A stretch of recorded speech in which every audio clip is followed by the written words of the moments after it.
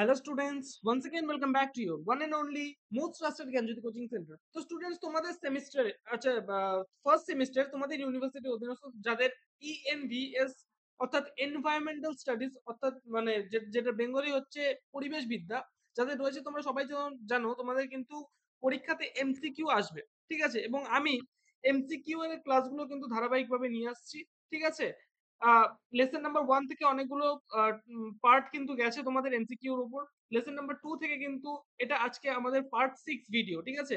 এবং পার্ট 1 থেকে 5 পর্যন্ত পার্টগুলো না দেখে থাকলে আমাদের কিন্তু এই ইউটিউব চ্যানেলে কিন্তু আপলোড করা আছে, সেগুলোকে কিন্তু অবশ্যই দেখে নেবে, ঠিক আছে? এবং যেই সমস্ত কোয়েশ্চেন্স গুলো আমি প্রোভাইড করছি সবাই কিন্তু নোট ডাউন করে নেবে, কারণ এগুলো পরীক্ষাতে আসার চান্সেস কিন্তু খুবই বেশি থাকে। চলো শুরু করা যাক।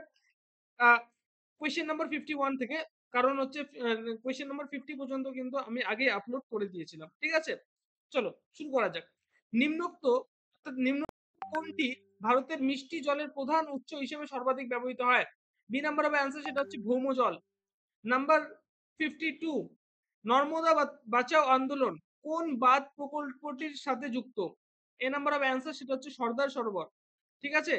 নাম্বার 53, ফ্ল্যাশ ফ্ল্যাশ ফ্লাড বা হরকা বান, ঠিক আছে?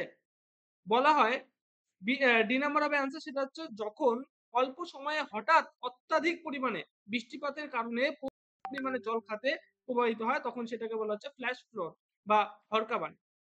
বোঝা গেল? নাম্বার 54, নিম্নোক্ত কোন দেশটিতে বন্যার প্রবণতা সি নাম্বার অফ অ্যান্সার সেটা হচ্ছে বাংলাদেশ। কদিন আগে কিন্তু হলো, ঠিক আছে? তোমরা সবাই জানো। নাম্বার 55, কোন কোন অঞ্চলে ভৌমজলের স্তর হ্রাস পেলে কোন দূষণের প্রবণতা বৃদ্ধি পায়?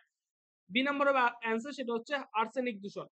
নাম্বার 56, বর্ষাকালের বন্যার ব্যাপকতা নিম্নলিখিত কোন রাজ্যে সর্বাধিক দেখা যায়?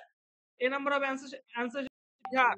নাম্বার 57, 2018 এই সালে অত্যাধিক মাত্রায় বৃষ্টিপাত জনিত বন্যা এবং ব্যাপক ক্ষতির সম্মুখীন হয় কোন রাজ্যটি?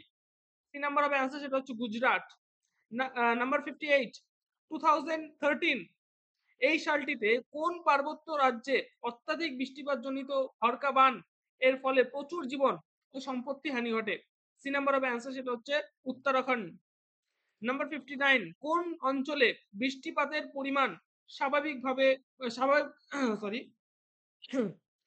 স্বাভাবিকের তুলনায় কত হলে খরা পরিস্থিতির সৃষ্টি হয়? আবারও বলছি, কোন অঞ্চলে বৃষ্টিপাতের পরিমাণ স্বাভাবিকের তুলনায় কত কম হলে খরা পরিস্থিতির সৃষ্টি হয়? বি নাম্বার অফ অ্যান্সার সেটা হচ্ছে 25%, ঠিক আছে? এবং লাস্ট কোয়েশ্চেন আমাদের আজকের এই ভিডিওর সেটা হচ্ছে ভারতের একটি খরা প্রবণ রাজ্য হলো, এ নাম্বার অফ অ্যান্সার সেটা হচ্ছে গুজরাট। তো স্টুডেন্টস, আমি কিন্তু আজকে এই যে পার্ট নাম্বার 6, এই পার্ট নাম্বার 6 এ 10টা কোয়েশ্চেন নিয়ে আলোচনা করলাম, অর্থাৎ 1 থেকে 60 নাম্বার পর্যন্ত আমাদের আলোচনা হয়ে গেল। নেক্সট দিন থেকে, ঠিক আছে, 61 কোয়েশ্চেন থেকে আবার আলোচনা শুরু হবে।